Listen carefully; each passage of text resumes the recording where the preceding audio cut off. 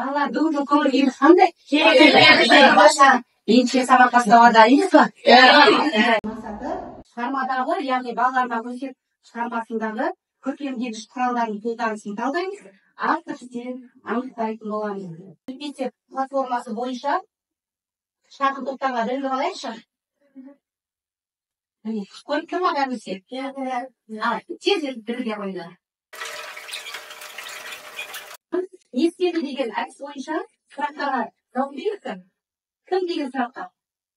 Талшын, жырау, сайсанат тобасы, тамаса,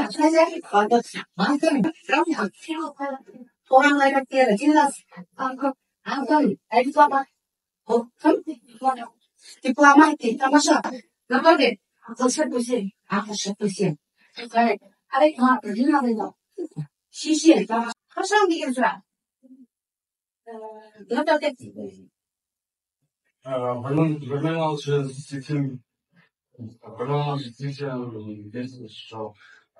дүниеге мен білім ол болмайды оның бір жасында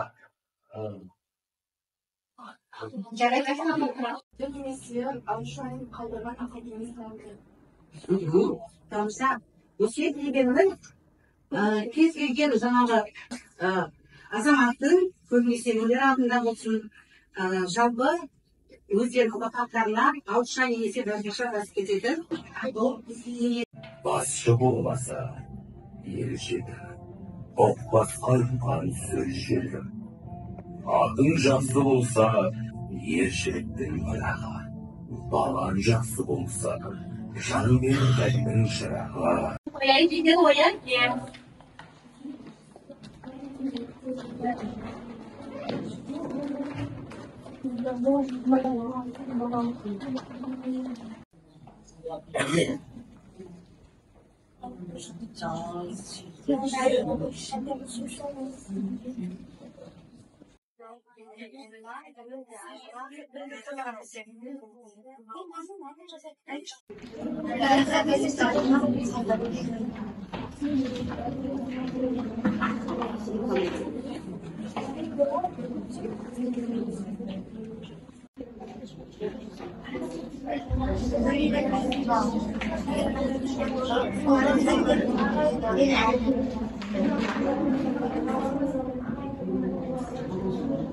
Не болған зияныңызя, сонымен үш топтарыңыздаршы, тоқтайтын қане.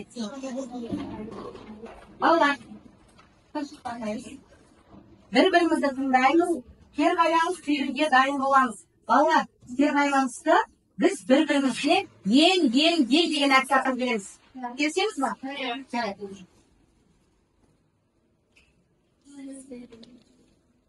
Өлеңдер автор бейнесін біз отесте әдіс алуға үшке бөліп, елбірлігі пункттен жау, болашақта өсенәлік қалдырған ағып, елдер амандығы жұрттың тыныштығын жерге ғапыр. Оның әрқайсыздан өтілатын болса, өлеңдер автор бейнесін бір-бірін жау, мысал бірлігімен әріма, бірлікте бар. Ал балалар, бірінші топ өзінің ой-кесте әдісі бойынша өлеңдегі автордың бейнесін үш түрлі жағдайда айтты. Мен мысалын пікірлерін айтты. Ал кері байланыс беруге дайынсыз ба? Қай топасы? Қайсыңа? Маған бірінші топтың ең қыраған жері, олар әр автор бейнесінде мысалмен пікір келтіргені, және де әрқайсысы дәлелдегені ұнады. Қандай қосамыз? Маған өсиет тобының ең қатты ұнаған жері өлеңдегі автор бейнесін айтқан жерлері. Тағы да нақтырақ кім айтады? Тағы кім сөйлейді?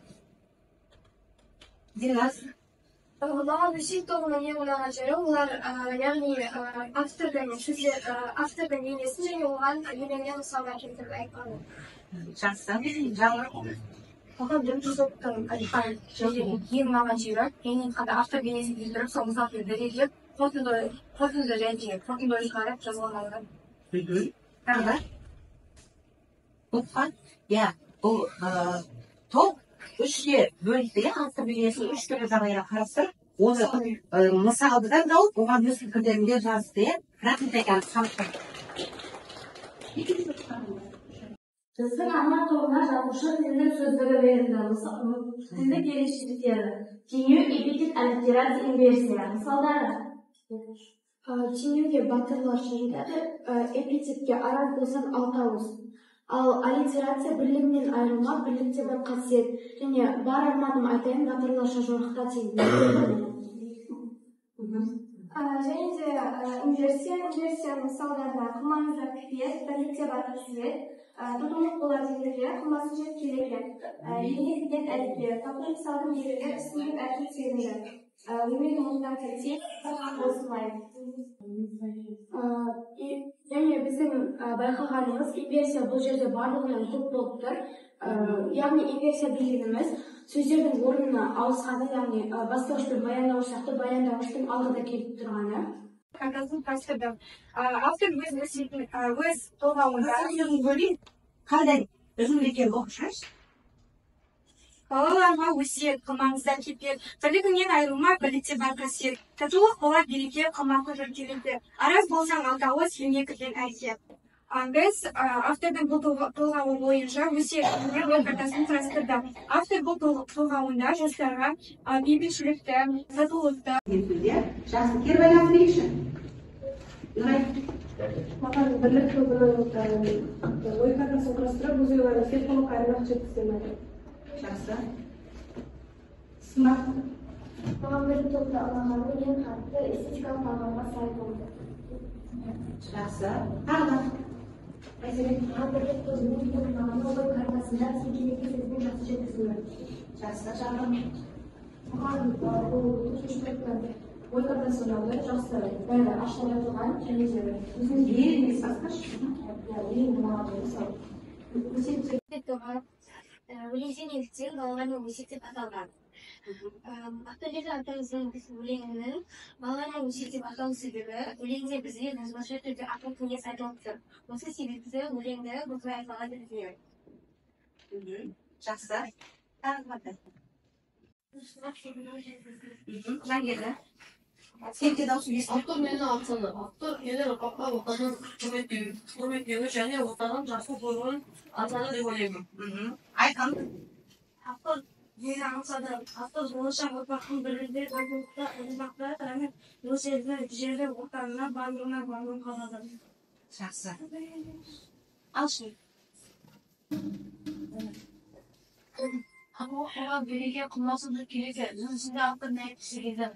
Менің ойымша бұл өзінде автор халықтың татулыққа айналғаны туралы, яғни татулықта береке болғаны жайлы айтылған деп ойлаймын. Және ел ішінде татулық болмаса, Қаратаулар дегенде келді.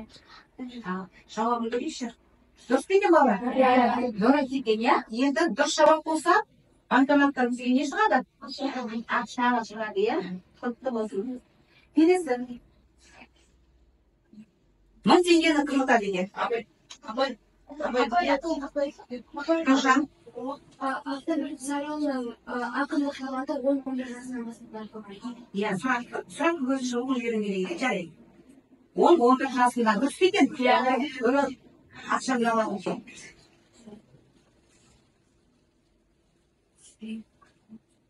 Келесі, 2000 теңге сұрақ. Інжу. Жана тамақтанды. Иә, сұрақ дұрыс. Балаларыма өздері толғауы неше тамақтанды. Иә, 20 тамақ дейді. Дұрыс. Келе.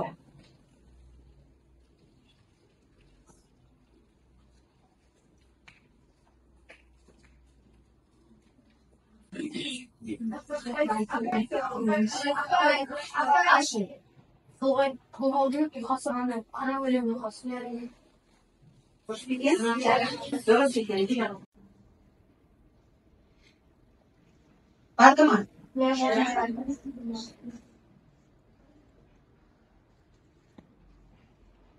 Ал баста, бүгінгі сабақтан алған әсерлерін маған байланысып беріңізші.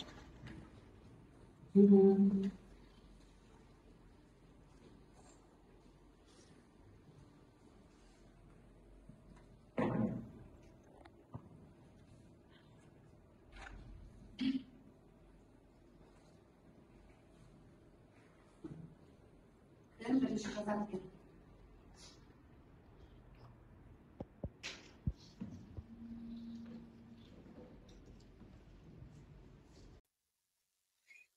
аяжаннан түсті. Бүгінгі сабақтан көп ақпарат алдым. Өсиет, аманат, татулық, бірлік қасиеттерінің маңыздылығын түсіндім дейді. Аяжанға рахмет. Шадияр, мен бүгінгі сабақта инверсия туралы ұқтым және толғау туралы білдім дейді. Бүгінгі сабақ өте қызықты, кейбір білмейтін нәрселерімді білдім және өсиет жайлы және тағы басқа көптеген мәліметтер біле алдым дейді. Ағылшын айтады. Айсана, мен бүгінгі сабақтан татулық, береке, бірлік, бейбітшілік сөздерінің мағынасын толықтай біле алдым. Сабақ қызықты өтті дейді. Кішкене асығып кетсің Айсана. Жаннұр, маған бүгінгі өтілген сабақ өте қатты ұнады. Тақырып жақсы ашылып, түсінбеген нәрселерімді кері түсіндім. Түсіндім және де мен үшін жаңа ақпараттар да болды дейді. Айнеле, мен бүгінгі сабақта балаларға өсиет толғауының автор бейнесінің көркемдегіш құралдарын туралы түсіндім дейді. Кәусар, бүгінгі сабақ керемет өтті. Сабақ барысында инверсия көркемдегіш құралымен таныстым. Сонымен қатар ой картасын эстетикалық тұрғыда жасауды үйрендім дейді. Рахмет. Нұрай, мен бүгінгі сабақта Ақтамбек жырау және телевизор туралы өте қызықты әрі маңызды мәлімет алдым. Сонымен қоса өсиет не екенін ұға алдым дейді. Зелназ, бүгінгі сабақ маған ұнады, өзім үшін өте көп және жаңа ақпараттар алдым, мысалы қонақтар жайлы түсіндім дейді. Бұрын не жас түсіне алмай жүр екен. Жангелді, мен бүгін толғау туралы және өсиет Ақылы барың ұлақсың, ойын болдың өзіңді. Тоқсанға сөйген соң, өлім жағын көрінді. Барам оны қайтайын, басы қашын жұртта, бөлмеді мұқтан қайтейін. Ел аман болсын лайын, тілегін берді бәрінге, разымы құдайын. Балалар, бүгінгі сабаққа барлығымыз 100% дерлік белсене қатысты.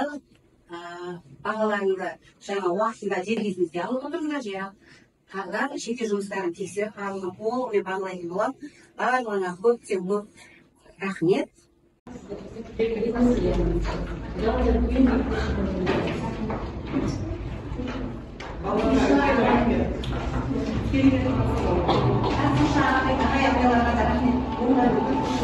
Рахмет.